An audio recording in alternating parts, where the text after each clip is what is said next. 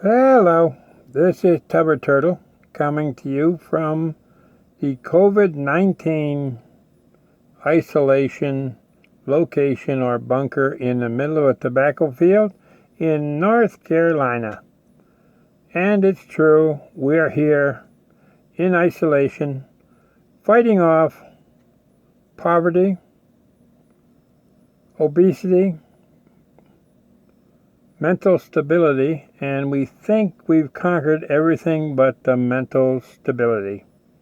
To prove that, let me introduce you to Big House. Yes, this is Big House, coming to you from isolation of the COVID-19 bunker here in North Carolina. And yes, I think we have totally lost it and have been overcome by cabin fever. Plus, to let you know that I'm not totally in my right mind when I started this documentary, so this just pushes me over the edge. But we're here with friends,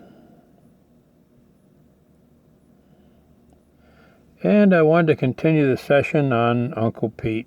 He had some really weird, wild sayings, and the one that is the most valuable to me, because I know it's valuable, it bites me in the behind over and over and over again.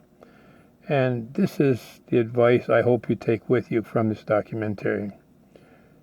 You see, Son Guade told me that no matter where you get educated or how much you pay for education, the one lesson in life that is the most valuable thing to learn and use is, you ready? How to do what needs to be done when it needs to be done. Now, this is a matter of telling people that they're full of beans when they should be told they're full of beans, or doing what needs to be done, correcting what needs to be corrected, but when it needs to be done, not the second time. Doing it over again for the second time is just never the same.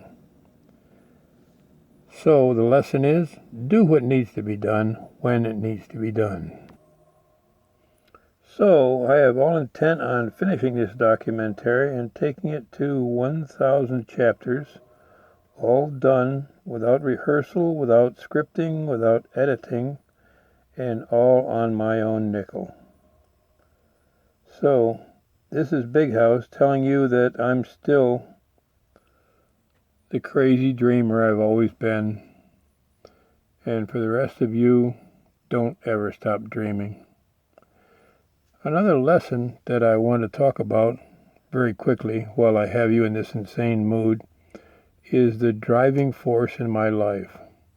You see, I started out believing, or had people make me believe, that I was just destined to be a drunken Indian on the reservation somewhere with a very short life, and I guess I settled into that because I fought alcoholism till my mid-30s, and severe alcoholism, and suicidal tendencies till my mid-20s.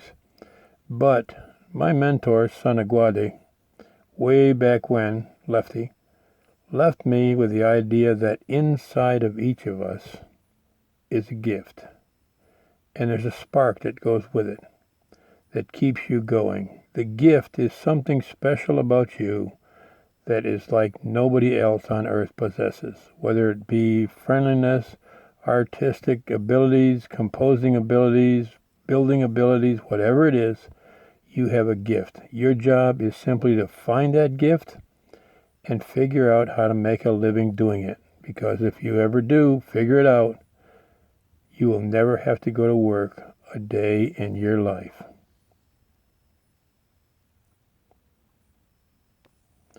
So, to make a short story long, my drive through in life has been, after surviving all of this and other diseases and whatever, my drive has been, I go after whatever I'm told I don't deserve, or I can't possess, or I can't achieve. And I'm telling you, the minute you tell me I don't deserve something, or I can't have it, or I can't afford it, or I'm not meant to do it, that's the first darn thing I will do.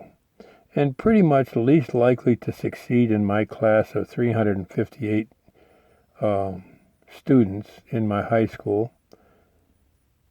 I have, in the course of one little lifetime, I have been a writer, an electrician, a producer of solar wind panels, solar energy windmills, and was actually one of the largest distributor installers on the East Coast at one time, windmills. I have written children's books. I've written and published comedy books. I have traveled the national circuit as a stand-up comedian and done just about everything that everybody said was not possible. I even had my own TV show for 2 seasons in Richmond, Virginia. The name of it was Hoop It Up.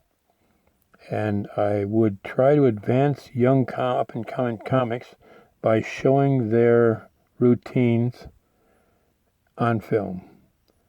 And I guess a myriad of other things. I started to make a list of all the things I've done in my lifetime, and it ended up being too daggum long to imagine. So all the crazy things that I've ever done in my life, I've done them primarily. What drives me is to tell me I can't do it.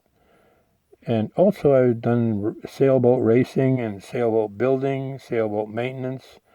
I can't even begin to name all the crazy things I've done in one lifetime. But I'm a happy camper because with post-polio, I was supposed to be back in a stretcher at 40 years old. I'm bucking 70 years old now, so I've had 30 years of mobility. My legs are just about gone now, which slows me down from traveling, and it's going to slow this documentary down, but understand, I am not dead yet, so I'm not done fighting. And you should carry that same thing because it's nothing but fun. And from the COVID-19 virus bunker here in North Carolina, I bid you Ona.